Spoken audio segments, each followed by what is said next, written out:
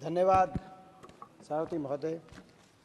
राष्ट्रपति अभिभाषण की इस चर्चा में मुझे मौका देने के लिए। जब इस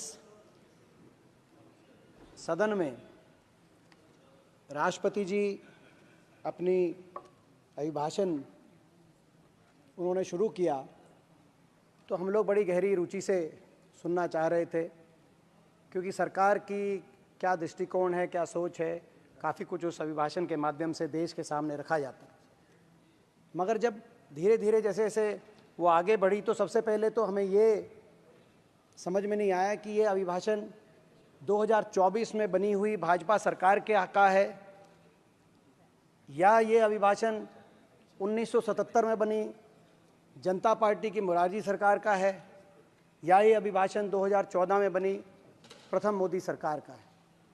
क्योंकि जब इमरजेंसी पे इतना बड़ा उल्लेख इमरजेंसी का किया गया तो उसका क्या संदर्भ है समझने में समय, और उसके बाद इतना लंबा उल्लेख किया गया, ऐसा लगता था कि नई इमरजेंसी के बाद इलेक्शन हुआ और जनता पार्टी की सरकार 1977 में बनी। शायद वो अंश वहाँ से लिया गया हो।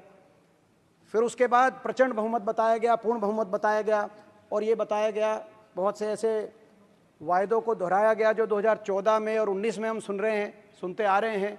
तो हमें लगा शायद 2014 के राष्ट्रपति अभिभाषण के कुछ अंश वहाँ से लिए गए हों। मगर बाद में एहसास हुआ कि शायद मौजूदा सरकार ने किस सन की ये सरकार है, 2024 की है या 1977 की है, 2014 की, 19 की है, इसको समझने में शायद भूल नहीं करी। उन्होंने इस जनादेश को और जनादेश की भावना को समझने में भूल करी, जो पिछले 3-4 दिन से हमने सरकार की कार्यशैली देखी। ये जो जनादेश है, इस जनादेश के माध्यम से देश के लोगों ने, ये बात सही है, हम स्वीकार करते हैं कि संख्या बल सत्तारूढ़ दल को देने का काम किया है, लेकिन ये भी सत्य है कि इस जनादेश ने नैतिक बल देश के विपक्ष को देने का काम किया। एक मजबूत विपक्ष को देश के लोगों ने जन्म देने का काम किया। देश के लोगों ने अपनी वोट से देश के संविधान को बचाने का काम किया, देश के प्रजातंत्र को बचाने का काम किया और देश के प्रजातंत्र में एक संतुलन लाने का काम किया है। ये नैतिक बल प्रजातंत्र में बहुत करिश्माई है। नैतिक बल, इस नैतिक बल में इतना करिश्मा है कि आपने देखा होगा कि जब ये जनादेश आया तो उसी रात जो प्रचार तंत्र सरकार के लिए झुका रहता था, रात तक टीवी चैनलों पर बहुत से चैनल के एंकर माफ़ी मांग रहे थे, बहुत से सेफोलॉजिस्ट रो रहे थे, हाथ जोड़ रहे थे। जब एनडीए की बैठकें हुई अगले 2-3 दिन में, तो उन बैठकों में कहीं खुशी दिखाई नहीं दे रही थी किसी के चेहरे पर। और जब इंडिया गठबंधन की बैठकें हो रही थी, सभी एक दूसरे के गले मिल रहे थे, हर के चेहरे पे चमक थी, मिठाइयाँ बांटी जा रही थी। ये नैतिक बल का करिश्मा है। देश के लोगों ने एक मजबूत विपक्ष दिया है और आपके बहुमत को छीनकर आपके अहंकार को भी चोट मारने का काम देश के लोगों ने किया है। जिस तानाशाही और अहंकारी कार्यशैली से आप चल रहे थे, देश के लोगों ने उसको स्वीकार किया है और बहुमत छीनकर उस अहंकार को तोड़ा। ये वही अहंकार है सर, जिस अहंकार को हमने देखा जब किसान आंदोलन में 3 कृषि कानून देश के इतने बड़े वर्ग के लिए आपने बिना संसद में लाए ऑर्डिनेंस से पास कर दिया और उसके बाद वो वर्ग उठ खड़ा हुआ।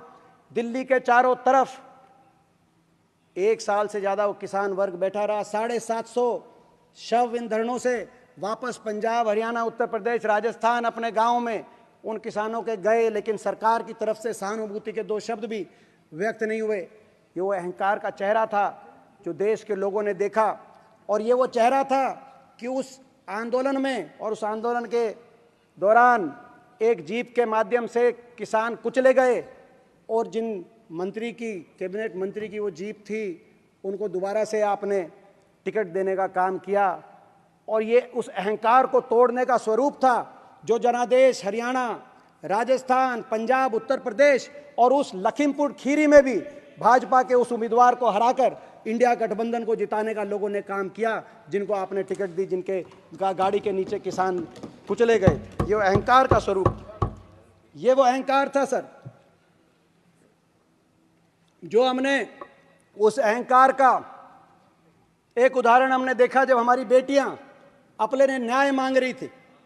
ओलंपिक विजेता खिलाड़ी बेटियां ओलंपिक विजेता पहलवान बेटियां, हरियाणा की बेटियां अपने ने न्याय मांग रही थी। वो हरियाणा जहां कुरुक्षेत्र हुआ, जहां कुरुक्षेत्र में महाभारत का युद्ध, हमारी देश की महिला की इज्जत के लिए महाभारत जैसा युद्ध हुआ, ये देश के वो संस्कार हैं। वहां की बेटियां अपने न्याय मांग रही थी। दिल्ली के जंतर मंतर पे उनको घसीटा जा रहा था। और ये अहंकार का रूप है। जिन्होंने घसीटने के लिए मुख्य आरोपी जो सांसद हैं, उन पे मुकदमा सरकार ने दर्ज नहीं किया, सुप्रीम कोर्ट के कहने पे दर्ज करवाया गया। और उनके बेटों को उत्तर प्रदेश में चुनाव में उतारा गया। उत्तर प्रदेश के लोगों ने, हरियाणा के, राजस्थान के, पंजाब के लोगों ने उस अहंकार को तोड़ने का काम किया। और जो हरियाणा की बेटियां, जहां वो अहंकार, हरियाणा की जो बेटियां जिस प्रदेश से आती हैं, मुझे गर्व है कि आज देश में सबसे ज्यादा विपक्ष की अगर मत प्रतिशत कहीं आई है तो छोटे से प्रदेश हरियाणा के अंदर देश में सबसे ज्यादा मत प्रतिशत आया है। लोगों ने उस अहंकार को स्वीकार करने का काम किया। ये वो अहंकार ही था। एक दिन में 146 सांसदों को, संपूर्ण विपक्ष को एक दिन के अंदर निलंबित करने का काम हुआ। ये वो अहंकार था। देश के लोगों ने उस अहंकार को अस्वीकार करके 234 इंडिया गठबंधन के सांसदों को संख्या बढ़ाकर यहां भेजकर और आपसे बहुमत छीनकर यहां पे संतुलन साहब बनाने का काम किया, अहंकार को तोड़ने का कार्य किया। वो फैसला सरकार का नहीं होता है, वो फैसला पीठ का था। ये वो अहंकार ही था जिस अहंकार की वजह से हर वर्ग को पिछले कुछ वर्षों में अपनी हितों की रक्षा करने के लिए सड़क पे आना पड़ा। और सरकार ने हर वर्ग की अनसुनी करी। और हर बार सरकार कहीं ना कहीं अत्याचारी के साथ खड़ी दिखाई दी। हाथरस की बात हो, लखीमपुर खीरी की बात हो, महिला पहलवानों की बात हो, सरकार पीड़ितों के साथ नहीं, अत्याचारियों के साथ खड़ी दिखाई दी। ये वो अहंकार था। हर वर्ग को सड़क पे आना पड़ा। हरियाणा में हमने देखा लोगों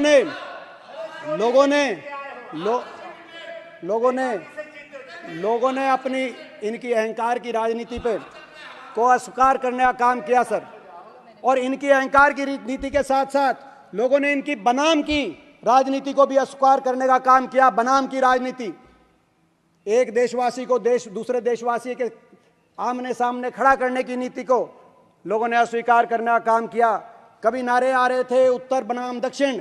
मैं आपको बताना चाहता हूं, उत्तर बनाम दक्षिण की बात करने वालों को मैं बताना चाहता हूं, इंडिया गठबंधन का सबसे ज्यादा मत प्रतिशत पूरे देश के 28 प्रदेशों में अगर 47.6% मत प्रतिशत कहीं आया है तो दिल्ली के 3 तरफ बसे हुए हरियाणा के अंदर आया, उत्तर भारत में आया। इंडिया गठबंधन का सबसे ज्यादा मत प्रतिशत कहीं आया है।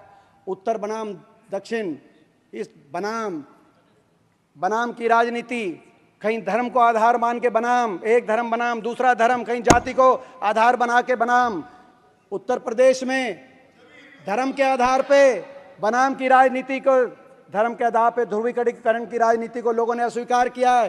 तो हरियाणा में जाति को सहारा बनाकर ध्रुवीकरण करने की राजनीति को अस्वीकार करने का काम लोगों ने किया। हरियाणा एक ऐसा प्रदेश है सर, मैं आपको बताना चाहता हूं कि हमारे 90 विधानसभाएं, 90 के 90 विधानसभाओं में कांग्रेस के मत प्रतिशत में जबरदस्त बढ़ोतरी हुई है और भाजपा के मत प्रतिशत में जबरदस्त गिरावट आई है। चाहे वो विधानसभा क्षेत्र हरियाणा के किसी भौगोलिक क्षेत्र में है या किसी जातीय समीकरण में है। ये दर्शाता है कि बनाम की राजनीति, उत्तर बनाम दक्षिण, एक धर्म बनाम दूसरे धर्म, एक जाति बनाम दूसरी जाति, इस बनाम की राजनीति को लोगों ने अस्वीकार किया है। इस वोट की चोट से लोगों ने अहंकार भी तोड़ा है, बनाम की राजनीति को भी अस्वीकार किया है और लोगों ने संविधान की भी रक्षा करने का काम किया है। संविधान को बचाने का लोगों ने काम किया है।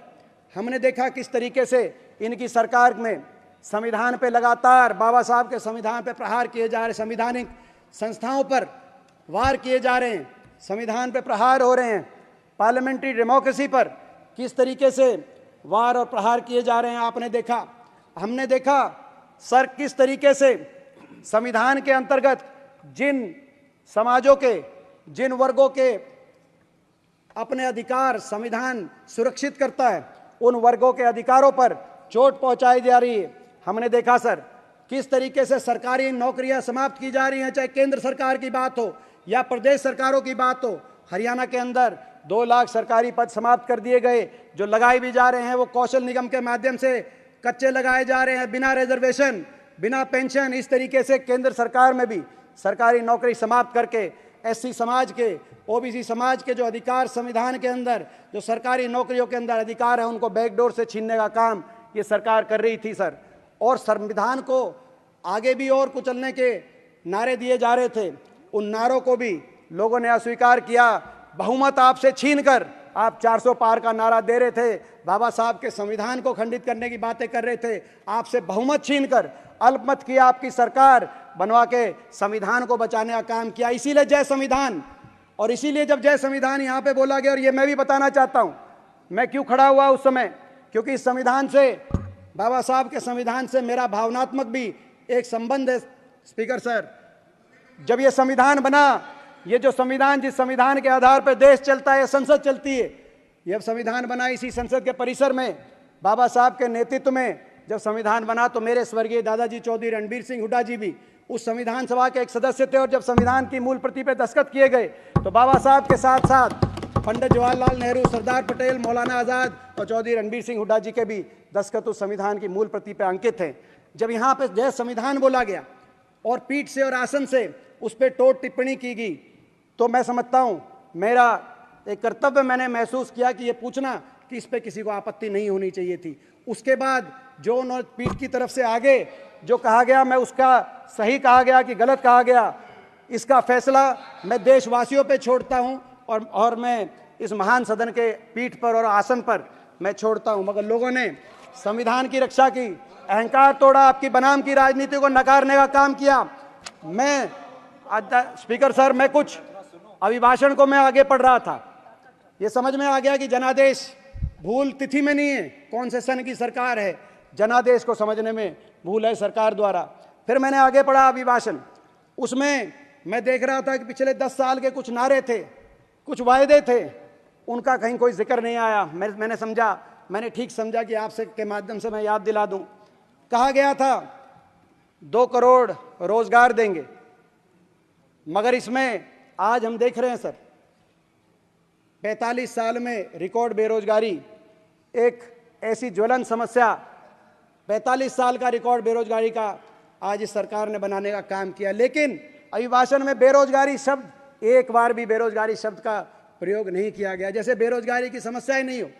आज आपके सामने, आज देश की हकीकत आपके सामने, देश में जहां एक और सबसे ज़्यादा बेरोजगारी 45 साल में, तो देश में सबसे ज़्यादा बेरोजगारी आज हरियाणा में, शायद इसीलिए देश में सबसे ज़्यादा विपक्ष को मत प्रतिशत आज हरियाणा में इस चुनाव में मिला है। और ये आपकी सरकार ने जवाब दिया। पिछले सत्र में जब मैंने सवाल पूछा था कौन से प्रदेश में कितनी बेरोजगारी, सबसे ज़्यादा बेरोजगारी आज हरियाणा प्रदेश में। आज हरियाणा प्रदेश के नौजवान को आपने बेरोजगारी की गर्त में उसका भविष्य अंधकारमय कर दिया। कोई नौजवान आज डिप्रेशन की तरफ, नशे में आज हरियाणा देश में आगे बढ़ गया, देश में सबसे ज़्यादा आज नशे की तरफ। अपराध आज अनियंत्रित हो गया हरियाणा के अंदर, आज अंडर एज शूटर गैंग बन गए, और अंडर एज शूटर्स में हरियाणा के नौजवान आज वहाँ पे दिखाई दे रहे हैं। आज अपराध में हरियाणा बढ़ गया, और पलायन, विदेश की तरफ पलायन, आपने डंकी पिक्चर का आपने सुना होगा। आज हरियाणा का नौजवान, जो नौजवान देश की सीमा पे जाकर देश के दुश्मन से लड़ने की बात करता था, आज वो जान हथेली पे रखकर अपना घर बार छोड़कर पैनमा के जंगलों के रास्ते में होते हुए अमेरिका की सीमा लांघकर जब अमेरिका में प्रवेश करता है मजदूरी करने, तो उसके घर में दिवाली मनती है, पटाखे छूटते हैं। आज आप बात कर रहे हैं अमृतकाल की। ये कैसा अमृतकाल है कि हमारे नौजवानों को अपना देश छोड़कर विदेश में जाना पड़े, और कहीं जा रहा है हमारा नौजवान अमेरिका में, तो जो सीमा पर दुश्मन से लड़ने की बात करता था, आज वो यूक्रेन और रूस के युद्ध में जाकर हरियाणा का नौजवान लड़ने की बात कर रहा है। ये कैसा अमृतकाल है। मैं आपसे पूछना चाहता हूँ, आज हरियाणा के नौजवान को आज आपने उनके भविष्य को लेकर इतनी बड़ी चोट, अभी नीट की बात आ रही थी, मैं आपकी जानकारी में ये भी ला दूं, अगर देश में केवल बेरोजगारी का रिकॉर्ड ही हरियाणा में नहीं बना, सबसे ज़्यादा बेरोजगारी, सबसे ज़्यादा पेपर लीक और सबसे ज़्यादा भर्ती घोटाले पिछले 10 वर्षों में कहीं हुए हैं, तो हरियाणा के अंदर ये पेपर लीक घोटाले हुए हैं। तो आज पेपर लीक के माध्यम से करोड़ों नौजवानों के भविष्य को अंधकारमय कर रहे हैं।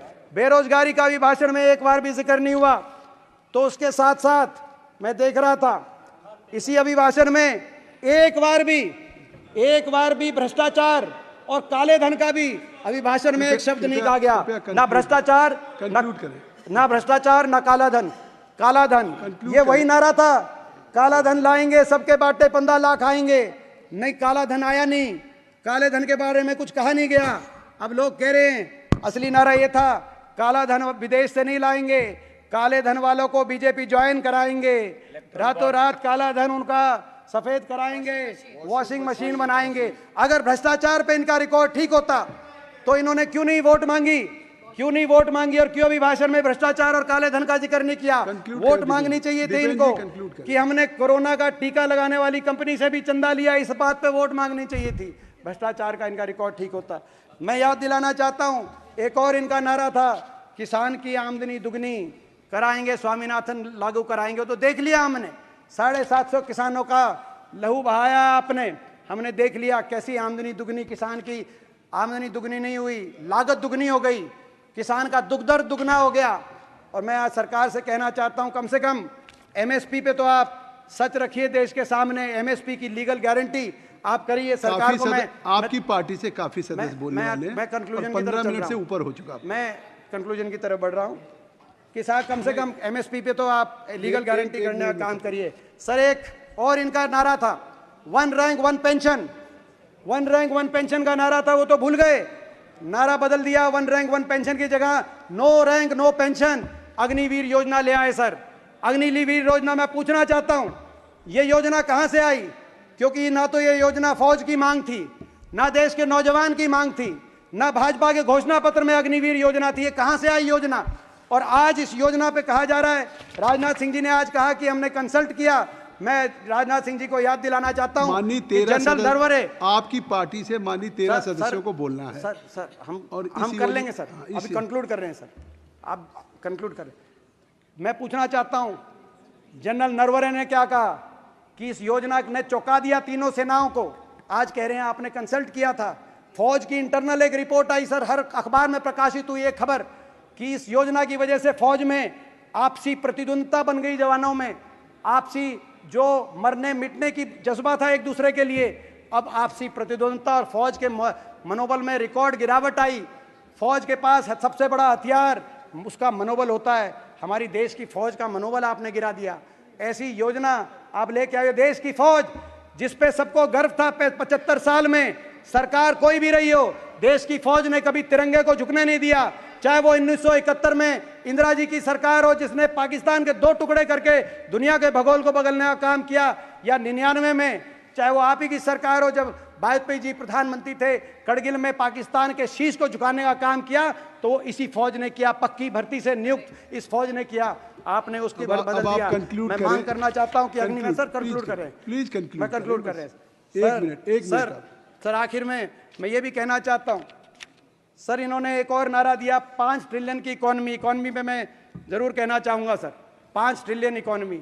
सर ऐसा ना हो सर, ऑक्सफैम की रिपोर्ट बताती है सर कि 1% जो सबसे अमीर हिंदुस्तानी है उनके पास 60% की संपत्ति है। ये 5 ट्रिलियन इकोनॉमी, कहीं इनमें से 3 ट्रिलियन इकोनॉमी अदानी अंबानी के पास ना रह जाए सर। आज ऐसी अर्थव्यवस्था की परिस्थिति बना दी इन्होंने। आज ये नारे तो दे रहे हैं लेकिन 80 करोड़ देशवासियों को अनाज देना अपनी उपलब्धि बता रहे हैं। मनरेगा की योजना को कांग्रेस का विफलता का प्रतीक आप बता रहे थे। ये 80 करोड़ देशवासियों को जो अनाज दे रहे हो अच्छी बात है, लेकिन मैं कहना चाहता हूं, को बताना चाहता हूं जनादेश क्या है। जनादेश ये है कि वो 80 करोड़ लोग आपसे कह रहे हैं कि हमें अनाज नहीं चाहिए, हमें स्वाभिमान चाहिए और हमें काम चाहिए। हमें सरकार की रोटी नहीं खानी, हमें इज्जत की रोटी खानी, हमें काम चाहिए, हमें रोजगार चाहिए। वो 80 करोड़ लोग ये आपको बता रहे हैं। धन्यवाद। और धन्यवाद। मैं आखिर में सर, आखिरी में कंक्लूजन में सर यही कहना चाहता हूं सर, कंक्लूजन यही कहना चाहते, जहां तक अर्थव्यवस्था में सर एक और बात थी, ये कहते थे कि रुपया इतना गिर गया, जब 62 पे हमारे समय रुपया हो गया था कि इज्जत गिर गई हिंदुस्तान की। अब रिकॉर्ड गिरावट आ गई, 62 से 84 पहुंच गया रुपया, अब तो रिकॉर्ड गिरावट आ गई होगी हिंदुस्तान की इज्जत में आपके अनुसार। तो ये आज अर्थव्यवस्था की स्थिति है। मैं आखिर में एक ही वाक्य कहते हुए अपनी बात को समाप्त करता हूं। ये जनादेश, लोगों ने जनादेश अहंकार के कार्यशैली के लिए नहीं दिया, आपकी तानाशाही की कार्यशैली के लिए जनादेश नहीं दिया, उसको स्क्वायर किया। जनादेश सबको साथ रख के देश को आगे लेके जाने के लिए जनादेश दिया और इसको आप अगर अस्वीकार करोगे, आज तो इस जनादेश ने एक मजबूत विपक्ष को जन्म देकर आपके समक्ष, आपके सामने बिठाने का काम किया है। अगर जनादेश नहीं समझोगे, धन्यवाद। अगली बार आपकी जगह मजबूत विकल्प के रूप में हम आएंगे। आपका ये मैं बहुत आपको कहना चाहता हूँ। संसदीय कार्य मंत्री जी। सर, एक अनाउंसमेंट है, क्योंकि अभी काफ़ी लेट तक हम लोग हाउस चलाने वाले हैं और माननीय सदस्य